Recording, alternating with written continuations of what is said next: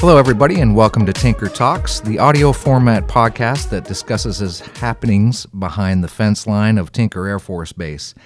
I am your host, Mark Hybers, and today we are joined by a very special guest. He took command just over 6 months ago and now takes time out of his very busy day to sit down with us and have a conversation. So Colonel Paul Filcek, the 72nd Air Base Wing and Installation Commander. Good afternoon, sir, and thanks for taking time to join us today. Hey, good afternoon, Mark. Good afternoon, teammates. Hey, that was pretty funny. You said discusses. I did say discusses. Which is the right way to lead this off because we're going to have some fun. Thank you for noticing that. Yeah. I really look forward to this opportunity. Not enough opportunities so far in this tenure to be able to talk to everybody engaged with Team Tinker. Right. So let's have at it. Yes, sir. So before we jump into some of the things we're going to talk about today, if you wouldn't mind, could you kind of give us the 200-word or less breakdown of who you are and how you got to this point? I love how you're setting me up with that, 200 words or less. I don't think I've said anything in 200 words or less. Our sound engineer those counts. do not count. So I guess let's go to the beginning and make it quick and short, but 1984, 1984, I enlisted in the United States Air Force. My first duty assignment was in Texas. About a year and a half after that, I went to Korea, where I met my wife, who's been with me for a lot of years, 32 in marriage and about 33 and a half in total. Wow. Crossed over to, because we want to keep this short, crossed over to the Officer Corps in 1997. After what I consider, Kilpay, my wife, and I considered kind of an enlisted career. We had reached senior NCO status, had 5 assignments, and so it kind of finished that out at a level that you could retire with pride at doing that. So we consider this our second career. Awesome. And we started that in 97. Have done a myriad of assignments between the air staff and the MAGCOM staff at Air Mobility Command, a couple of command tours at Air Force One as my squadron command tour, and at Ramstein, Germany for my group command. So a lot of diversification, but mostly within the aircraft maintenance arena, as that was my enlisted career. I was a grease monkey crew chief on fighters when I was enlisted. So a long career, and to take the 35 plus years of service into 200 words is probably impossible. I think so. Yes, sir. But that's a pretty good shot at it, though. Okay. So, sir, looking back on your first 6 months of command, what would you say so far has been your biggest surprise about the job? Biggest surprise. All right, so it would be easy to talk about walking into the extraordinary challenge it is privatized housing, but I saw that coming. I was already at Tinker Air Force Base over in the Air Logistics Complex as the vice commander for about 10 months. And so I was very cognizant of those difficulties. So in terms of surprise, the biggest surprise to me was how should I say it, the sheer magnitude of what Tinker represents across the board as an installation. We call it we've adopted the term the leverage point of American air power, and I'm a little bit shy to say that on a podcast because we don't want to draw a lot of evil attention our way, but at the same time it is what it is. We have 5 fully up operational wings. One of them is the 448th Supply Chain Management Wing that services all of the organic supply for our entire Air Force. Of the 4 other wings, we in the 72nd Air Base Wing are basically the weapons platform for the others. And then you have 3 full-up operational wings with real-world strategic alert commitments that comprise 2 different services and active duty and reserves. And with that's a pretty big responsibility, and we haven't talked about the largest depot operation in the United States Air Force, the OCALC, and the fact that Headquarters Air Force Sustainment Center is here, and they're responsible for all sustainment for the entire Air Force, with locations at 26 locations in 18 states and 2 foreign countries. So you have all of that, and then we lump the other 45 together, and those 45 are gargantuan organizations in their own right, of extreme leverage points in their own right, like the 38th Cyber Engineering Installation Group that services the entire Air Force and itself has 22 locations. the Defense Information Services Agency, the Defense Logistics Agency, the Air Force Flight Standards Agency, a lot of very large, very robust, and sometimes one-of-a-kind organizations at Tinker. All of that inside the installation was probably the biggest surprise was I'm actually responsible for quite a bit. And so that's a pretty sobering fact very early in the tenure. That's incredible. And you talk about, I mean, just listening to you rattle off a little bit of what Tinker Air Force Base has to offer as far as its size and its mission set. Was it a benefit for you to have already been here in the ALC prior to coming over and taking this command? Yes. Given what is here? Yes. Yeah. So there's two benefits there. One being very ingrained over those 10 months in a community engagement with Team Tinker that's unlike any place I'd been in 16 assignments in 35 years. This is absolutely as good as it gets for the places I have been. I have a pretty deep frame of reference and a pretty broad sample space with that. So I would be hard pressed to see a community in our nation that's more supportive of its military than this region of the country. And so that was really neat to already be kind of plugged into that before ever taking the flag. But a bigger thing in watching this operation run was in learning firsthand from Colonel Kenyon Bell before I took the flag. Sometimes, very often, I would say most often, commanders aren't afforded that opportunity to be filled in and learn from their predecessor in the job. We're often jealous of the Navy. We have the Strategic Communications Wing 1 here on installation, and they have their vice commander serve a year and a half and then take the flag to serve the second year and a half for 3 years of continuity. And there's a lot to be said for that system. We don't have that system in the Air Force, but it was almost like that in this particular case. And so I say being over in the ALC on those fronts was very advantageous. Right. The other front is, the third front is understanding depot operations and what their requirements are and what our base operating support needs for them and how we can best meet those needs with the limited resources that we have and the importance of us trying to do so. Without that frame of perspective, I think we probably wouldn't service them as well as we have to this point. Right, and that's good for Team Tinker, actually, because you and Colonel Bell, actually General Select, both came from that same area, and so both were able to bring that experience over, and I think it helps this installation run pretty smoothly, knowing what you have to come in and handle your biggest client, if you will. So, sir, when taking command of an installation this size, and we've kind of gotten into a little bit about the size of this command, there are certain expectations that you'll be busy with multiple projects, construction, other opportunities, challenges facing you, but not too many previous commanders have had to come in and face one of the challenges that you've had to take on coming right in. And that, of course, as you mentioned, was the housing. So if you could maybe just take a second to give us an update on how the housing is coming along and let our community know where we're at there. Yes, so privatized housing, keeping in mind that privatized housing is a Department of Defense and congressional level concern. So it's not just Tinker Air Force Base that has had issues with managing privatized housing over the past decade or more. So it's a big overarching problem of which Tinker Air Force Base is symbolic of the overall bigger picture. Right. We call Tinker Air Force Base kind of ground zero. Because here is where, relatively speaking, some of the worst problems were. The unfortunate problem there is that it was really undiscovered or not entirely uncovered for too long a period of time.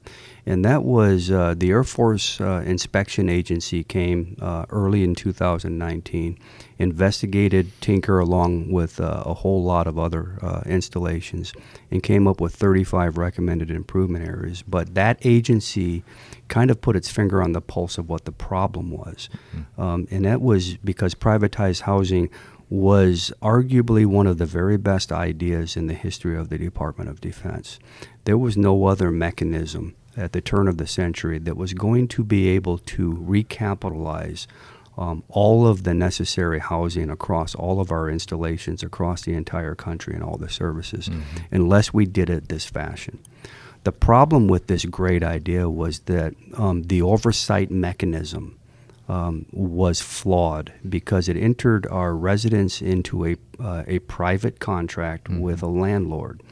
That private tenant-landlord relationship kind of took leadership chain out of the picture somewhat, even though you always have recourse, even in a private relationship off installation, to go to your first sergeant, to go to your housing office, to get advice, to get legal counsel.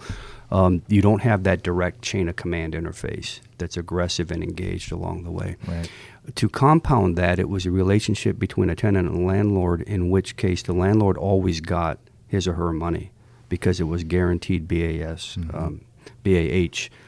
provided to the landlord by the contract. And so you didn't have the normal tenant-landlord relationship where rents could be withheld from the landlord for not servicing.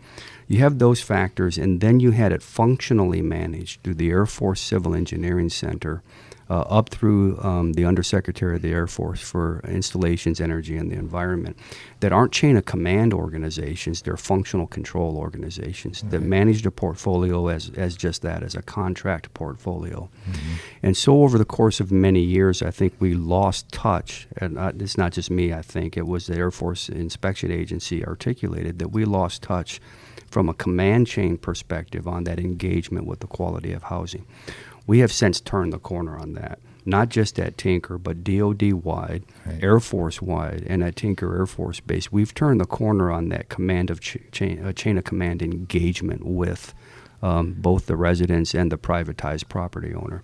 And so I would characterize this problem, sorry to get so long-winded, but I can't answer this question without providing the background and Right. the cause. As we go forward, the privatized property owner, Balfour Beatty Communities, in the case of Tinker Air Force Base, had been under-servicing the needs of residents for a very long time. It's been clearly articulated by them themselves, articulated by the acting Secretary of the Air Force and the Secretary of the Air Force. So this isn't the installation commander speaking. Right. They got recently called to the carpet with basically a 90-day notice to come up with a plan for improvement that would actually pass muster and keep them in the portfolio business, right? So with that, that's not an installation point of view. That's an Air Force point of view, that they have underperformed on behalf of the residents. With that, we had basically 3 chapters of this story. The first chapter was in early 2019 when the Secretary of the Air Force mandated that we inspect all of the homes with health and safety issues, and that we determine what was wrong and burn those down. So that was, I would call, Chapter 1, where we hit in July of 2019 243 health and safety discrepancies and drove those to zero. It was the drive to zero that we kind of had blinders on because the way that Balfour Beatty was trying to gain trust with the residents was a pretty strung out and complicated process for fixing these homes that ended up taking an extraordinary amount of time. Some homes have taken as much as 200 days to fix. The average hovered in the 70s and 80s of days to fix health and safety problems. Wow. And with that was a growing backlog of homes that needed to be worked and a growing population of residents who were getting substandard timelines and repair quality out of what they needed. So that was the second phase. With that, we had to go into a corrective measure where at the installation level and at the AFCEC level, we tried to entice the privatized property owner to mass resources and treat this not like housing maintenance, but more like a project. Take it as a project to get in front of life, health, and safety issues with a resource and prioritization allocation that specifies only those problems. Get in front of it.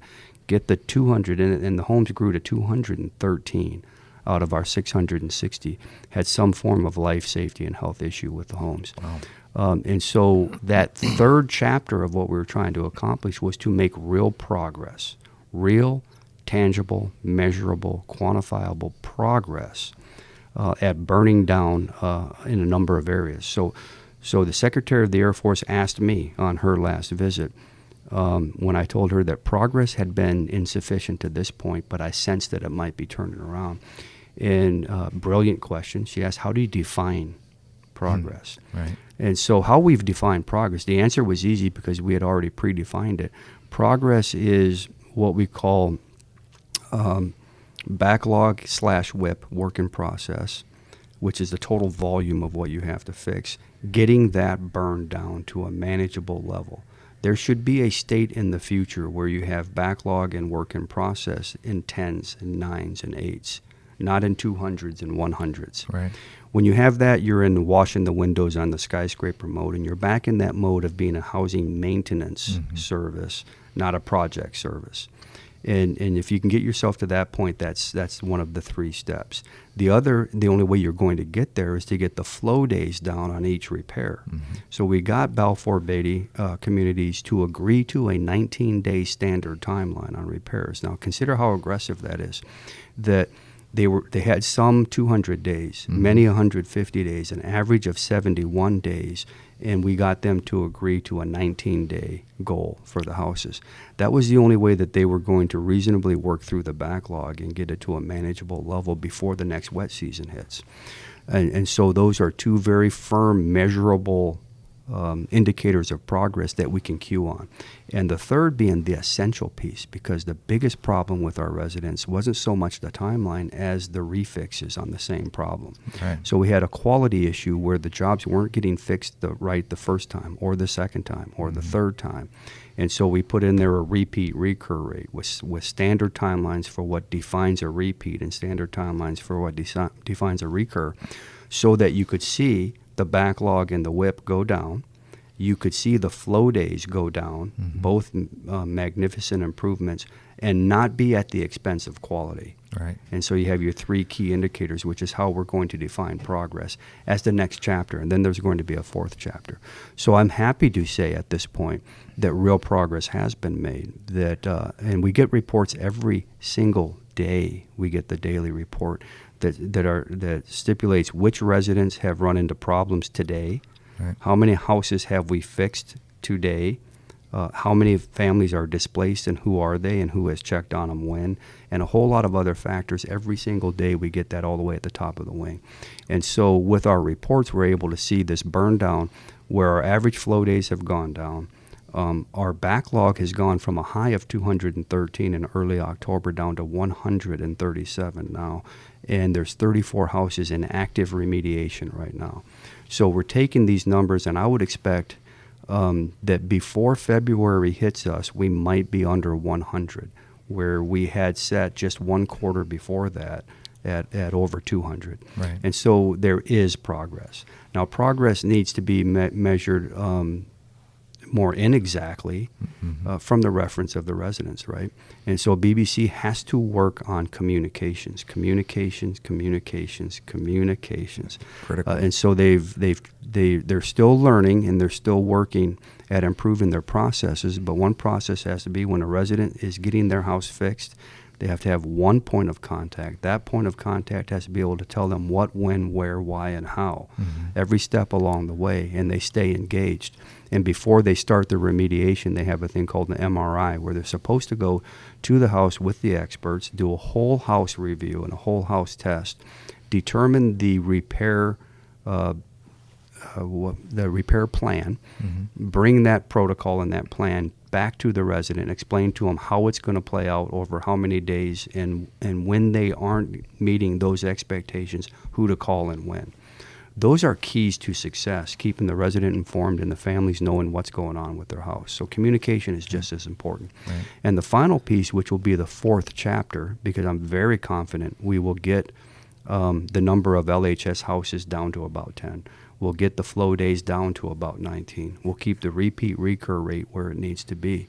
But at that point, when BBC then pulls out this massing of resources they've brought to bear on the problem, do they have enduring solutions in place to where they don't lose the handle on this again, and they continue to improve their processes on communicating, their processes on community upkeep, their processes on knowing what their maintenance is doing and their management team is doing and their leasing team is doing.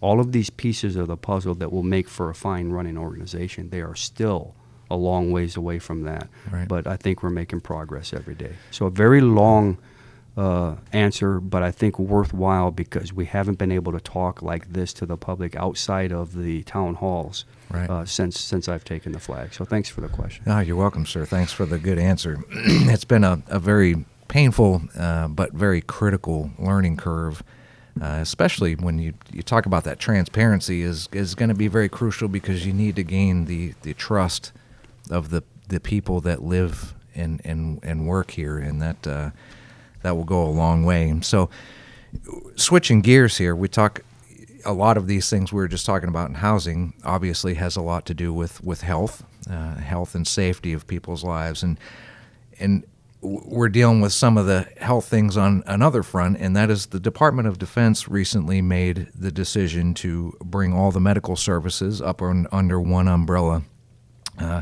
And of course, that ultimately is going to change the way we've done business here slightly over the years for our service members, families, and the retirees.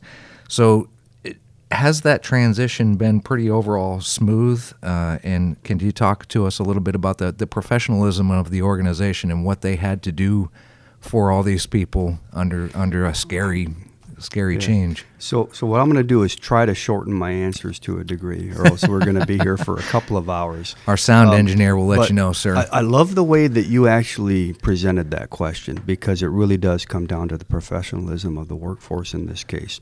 So the Defense Health Agency mandated quite a dramatic change in the way that medical services are offered at the individual installations. And with that came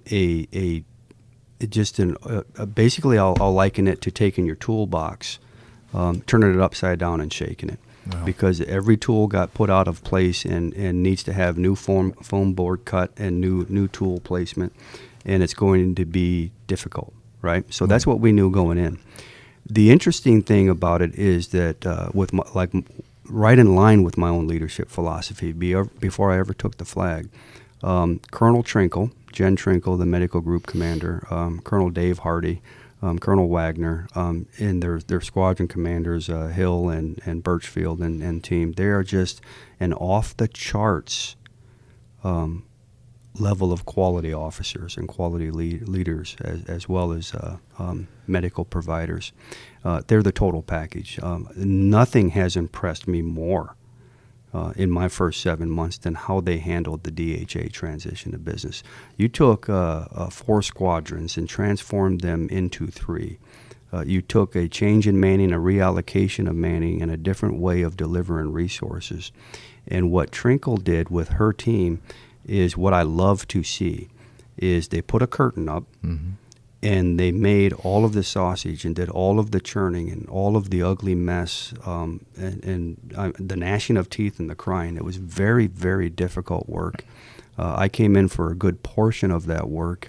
It was actually quite a big deal. When you come into the wing and you take a wing, you aren't normally going to be saddled with a DHA medical conversion like that, right, coupled with a privatized housing crisis, right, coupled with a very timeline-sensitive acquisition process and depot of the future kind of role.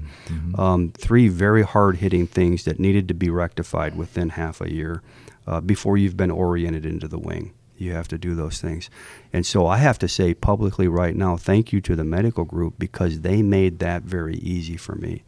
And what they did in putting up that curtain was get all of the hard work done, all of it ahead of DHA's desired pace and timeline, all of it in line with the new standards, and carried it forward almost completely and totally transparent to the customer. And there has been no real interruption in any services, with none expected on the horizon. Right. What they've done is create an organization that's more leaned towards a functionally specific approach to generating better, more capable, fit war fighters, and having that kind of responsiveness to warfighter needs, while taking the family care and the retiree care side of it and not letting that take a hit. And I think it has been transparent to everybody. On top of that, they've opened up a partnership with VA and actually expanded resources and access to veterans who need care to do so on the installation, in a pretty unique partnership in its own right. So I would say that from the customer perspective, if you have medical needs, you couldn't have a better advocate than Jen Trinkle and her team over at the Med Group. They pulled it off well. Very high praise, sir. And I was supposed to be short, but I went long. So next one will be short. Well, I mean, you talk about we couldn't possibly explain how difficult a process that would be to take, an Air Force medical way of philosophy and thinking and then roll it into having to do this under with all branches. It's been phenomenal. So one thing you talked about there, sir, was the MILCON, military construction projects, and some of these acquisitions and things that have been going on heavily even since you first took the seat. And one of our largest MILCON projects, the new air traffic control tower out there, has been delayed a couple of times for various reasons. So maybe you could give us an update on how the new tower is coming, and if we'll be able to get in there pretty soon and start operations. The new tower. Yeah, so I had to pick up conveniently on another MILCON piece when we did the ribbon cutting ceremony at the first KC-46 hangar. I had to pick up Senator Inhofe off the flight line, and as he gets into the car and we drive a little ways, he looked at the new tower and he said, "How's my tower coming?" And I said, "To be honest, sir, I don't want to tell you yet." Right. And he gave me an odd look. We had been acquainted with each other a couple other times, primarily because of privatized housing and before in the depot. So we weren't strangers to each other, but he gave me a quizzical look, and I said, "Sir, spring. Let's just say spring." Right. And quickly got him onto another subject. The issue with the tower, unfortunately, these things kind of happen. The contractor who was building the tower, in a design-build contract, had designed equipment for the tower that was agreed upon by the government, and then over the course of constructing the tower had installed equipment that wasn't that equipment. That in the industry, in their position, from the contractor's position, were suitable subs that were standard suitable subs. From the government's position, they weren't according to design. So they had to sort through an issue on the protest from the contractor and the insistence by the government that they take that equipment out and put in the equipment that was called for in the design. That's probably as simply as I could put it. That put a significant delay on it. Now we have some form and fit function challenges that have delayed that a little bit, but we were originally tracking to about mid-March. I don't want to commit to something before the 1st of April, but it's very close. It's probably within 100 days. But what we did not want to do was build something as enduring as the control tower and have it come short of customer expectations and needs on the day that you move in. Right. And so these delays are to get it exactly right, to make sure that we have something that will stand the test of time as a legacy to Tinker. Good. So it's a mixed bag of it's going to be right when it's done, but it's going to take longer to get it right. Well, that's okay. I guess it's important, and you got to make sure we do run flying operations here off of 2 different runways, so we need to make sure that we've got a good operable working tower. Yes, the leverage point of American air power. Yes, right? sir. That's what we heard. So Tinker, as a base, is not unique in the way of having a civilian workforce. However, it may be unique in the actual sheer size and volume of this civilian workforce. Why is the integration of civilians and military together such a benefit and critical to our mission? Wow, that's an interesting question. So why is the integration such a benefit? So you raise a good point about the civilian workforce at Tinker Air Force Base, but it's even more than that. The diversification at Tinker is is arguably only matched by 2 or 3 other installations in the world. And that's a combination of government civilian employees, of unionized civilian employees, and of contractors. Right. An extraordinary amount of contracted workforce. And so you have these pieces, and what I can say really to try to keep it short, with these pieces you have a level of diversity in the workforce. As I mentioned before, you have active duty and you have reserves. Full up operational wings, and you have Navy. You also have Marines and Army in some capacity, and you have these agencies. And then you have the contractors like a LUTIC, the big base operating support contract that we have. Mm-hmm. Then you have your government civilians, and then you have your wage grade unionized civilian workforce, which is the predominant majority of the workforce.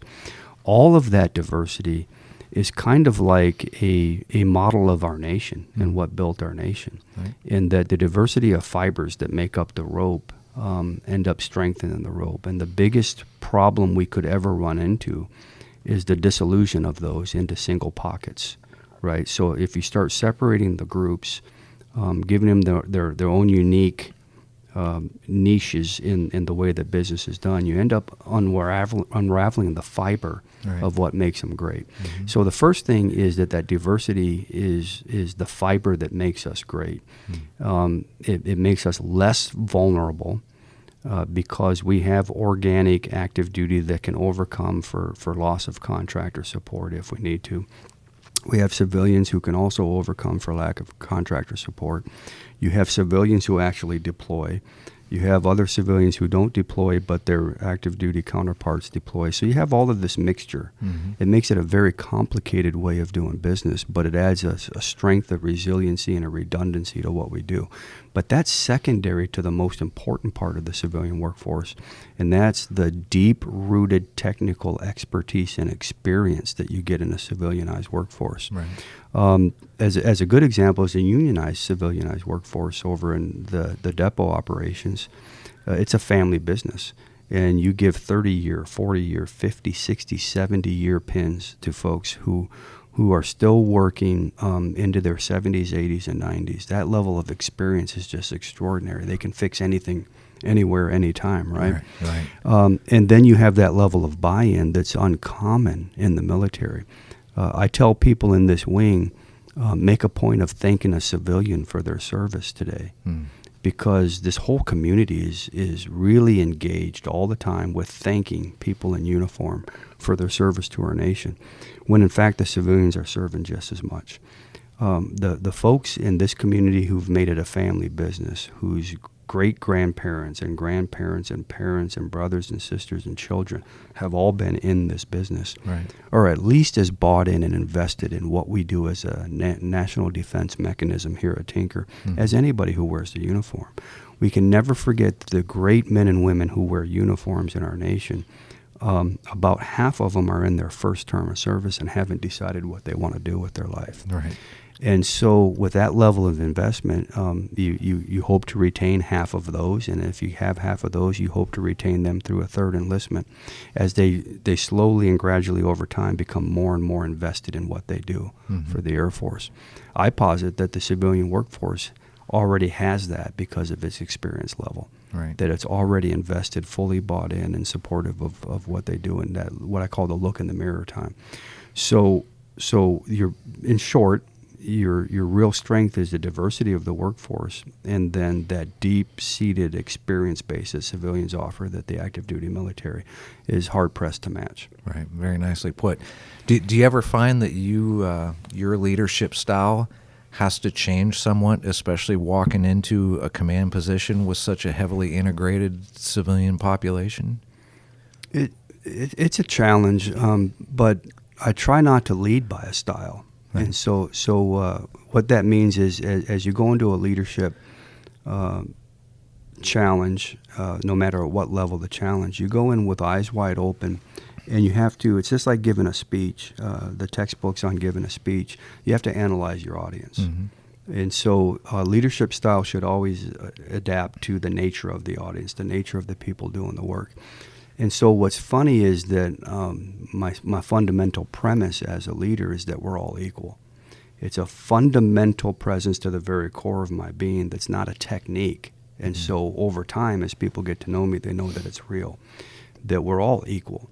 We have UCMJ mandated roles and responsibilities that we must fill. Right. But at the very fundamental human nature, we're all the same. That I'm not better than somebody else because I got a 31-year head start. I mean, of course, I'm in a higher position because of the head start. So I have that philosophy that we're only differentiated by what paths we have chosen for ourselves, when we started those paths, and what our pace is on those paths. Right. None of those are a value judgment on the person. And so we're all essentially equal. I am no better than my mom. I'm no better than my sisters. And if I'm no better than them, I'm no better than anybody that works with or for me.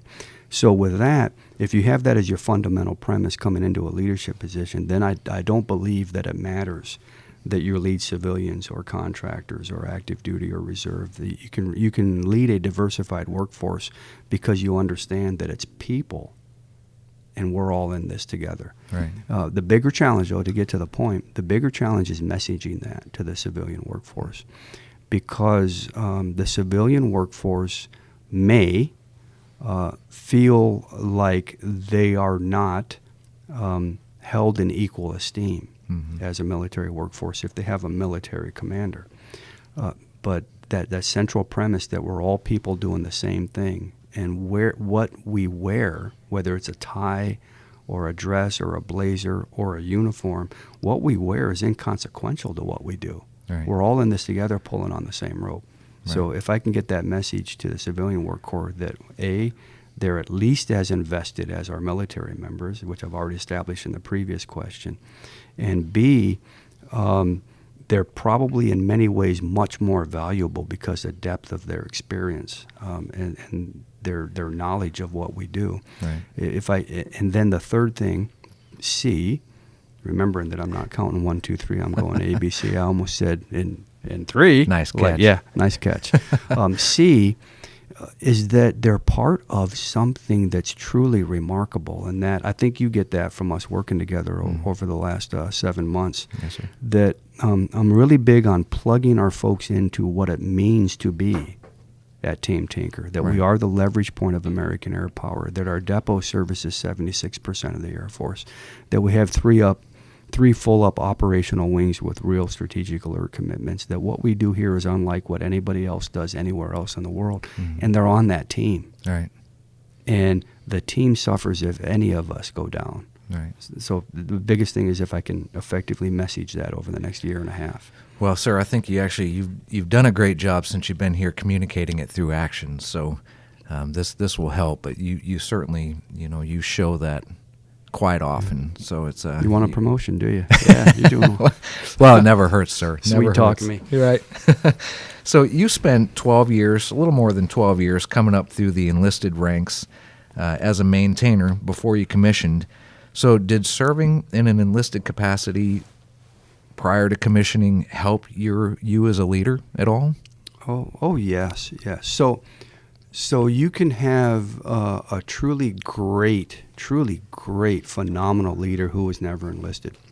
You can have an enlisted leader who ends up not being very good as a transition to officer corps. So that's not really the case that and you didn't say that. I'm just saying in general that I'm not a fan that prior enlisted officers make the best officers. I think the best people make the best officers, right? But for my particular case, being enlisted was just an extraordinary advantage. It's an advantage on two fronts.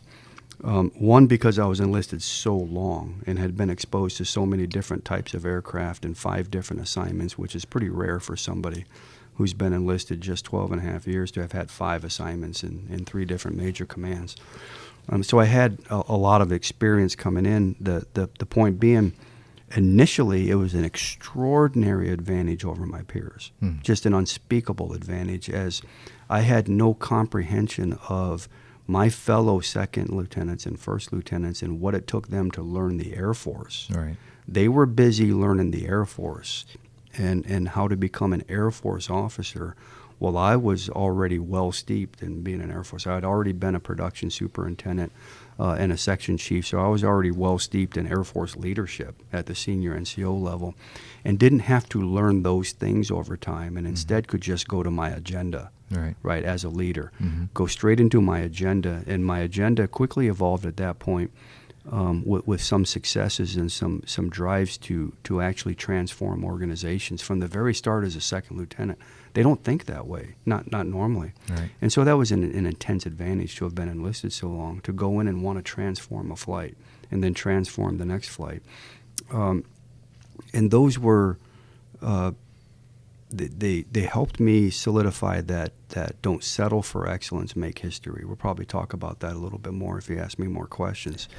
But what I'm trying to press forward in this wing is the core values are everything we stand for. Those core values are the bedrock of everything. And that third core value, excellence in all we do, shouldn't be treated as the end-all, be-all, but just the starting point. Right. Don't settle for that excellence. Instead, transform and make history. Do something that makes history in your organization. And if you're thinking that way and you're looking for those opportunities, it's going to make you so much more effective. So that was the first thing with being enlisted. It had me caged to that from the very first days as a dumb young officer, right? The second thing was, I tell a lot of people this story. It gives me, I think, a lot of empathy that helps me take that we're all equals approach to business. Having been a zero striper and a two striper and a buck sergeant for a few days before still on staff sergeant, and going home with grease up to my armpits, all the way up my arms, and needing to take a shower straight to the shower before I could ever sit on any furniture. Having lived that. I tell people the story of a wheel well in the A-10A episode that I had in mop gear, full up mop gear, changing a Schrader valve on a nose wheel steering accumulator in an A-10. And it was about 97 degrees out with 95% humidity in Myrtle Beach during an exercise. And we had a lubricant called Gorilla Snot. And we had hydraulic fluid coming out of the Schrader valve and the Gorilla Snot in my black gloves, and there was some kind of chemical reaction going on where the gloves were starting to come apart and smear and even smoke a little bit. Wow. And so there's wisps of smoke and black from the gloves all over the Schrader valve to where I couldn't even see the threads. And my mask was fogging up, and I couldn't see with my mask, and I couldn't breathe, and my body temperature was probably 120. And you couldn't get your arms around and onto the Schrader valve because you were up in the wheel well and there's very little room to move, and nothing was working. And I ended up coming out of the wheel well, taking my mask off, throwing it as far as I could down the ramp and saying, "I'm out," looking right on the IG and saying, "I'm out." Wow. And after facing the ramifications of that said decision, that not being the point being it made me very sensitive. Sorry for the long story, but it made me very sensitive to be cognizant of what you're asking your folks to do, because it's hard. And make these decisions recognizing what they're going to go through as you ask them to do that. And if it needs to be done, it needs to be done. But if you're not cognizant of what you're asking them, you're going to ultimately just ask and not really be bought into what they're going through, and you're going to miss the pulse of your workforce. Right. So whether or not that has proven successful over time, being cognizant of what I'm asking them to do and wanting to still do it with them at every opportunity, I think is an advantage of being an enlisted corps. I used to tell people that I'm jealous of medical group commanders and operations group commanders, because in those two groups, they're leading people who are doing what they used to do. Right. Whereas in aircraft maintenance and a lot of times in security forces and logistics officer work and finance work, whatever your level of work, when you get put in leadership positions of those folks, you're trained as an officer in those fields, but not in doing what the civilians and enlisted force are doing. You have no frame of reference for what they're doing until they teach you what they're doing. And you haven't lived through the hard times. And so with that, that's an advantage of being prior enlisted, that you have gone through those things, and hopefully you haven't forgotten where you come from. Right. That's incredible. That was a tough question for staying short on. Well, sorry about that. So I think you may have already answered this question, but do you have a leadership philosophy? So that's a tough one, because I don't think you should go in a central philosophy, but I guess you could say, philosophically speaking, that premise that we all have equal value as people, that just is fundamental, right? So you start with that. I like to throw in two other things, the care piece and POP. So POP means purity of purpose, right? Leadership with POP. I had once, as a squadron commander at Andrews, written an article on POP, right? Purity of purpose. As you try to make decisions, don't think about what the boss might think of your decision. Don't think about what the masses might think of your decisions. Don't think about personal gain with those decisions. Don't be risk averse with those decisions. Just let the decision stand on its own merits, and look and see whether you're making this choice out of a purity of purpose for just what needs to be done. It's hard to describe, but you take your personal agendas and your personal fears out of it, and just go with POP, right? So if you have that fundamental premise that we're all equal, that I'm going to lead with POP, but that I care. And so the caring piece, I think, is what too often we miss out on. And it's really, when I say care, I don't say care about what. Right. You just care, or you don't. That means that when you sit down to write your civilian appraisal or your officer performance report, that you care that you get it right. You care internally that you get it right for them. That means that as you go to the crisis action team to do an exercise, you actually care that you carry your weight in that environment. It means that for each person, you actually care. It doesn't mean you have to always be just kind and gentle, but you have to legitimately care about that person. And if in all things you just care about what we do and why we do it and what your role is in all of this, you're not going to fail, because you care about what you do. And I have a philosophy that for people that work with you, that you can only prove that you care when it's most inconvenient to you and most crucial to them. Right? So you can't bring in donuts on Fridays. Remember everybody's birthday. Have cut back Thursdays, and do all of these things that prove that you care. And you end up kidding yourself that you care, because you may not have sold the workforce that you care, because every single one of those cases are convenient to you. Right? They're on your own terms. You ultimately prove that you care when you answer that 2 a.m. phone call, and you drive to them, and you help them out in their moment of need. And when you can find those opportunities where you've helped somebody when they needed you most, when it was obviously a really bad time for you, you've won them over. You've proven that you care. So I would encourage everybody, and it goes to the resiliency thing that we're going to try to continue into perpetuity until the end of time. We're going to drive on resilience. If everybody would be responsible for somebody today, and would come through for somebody today, when it's inconvenient for them, you would have no resiliency problem anywhere. And so fundamentally care. Remember that we're all equal. Leadership with POP, all of it just centered on the core values. If you deviate from the core values, you ultimately fail. We have to have integrity first. We have to internalize the service before self, which is part of that caring. And we have to, as a minimum, be excellent in all we do.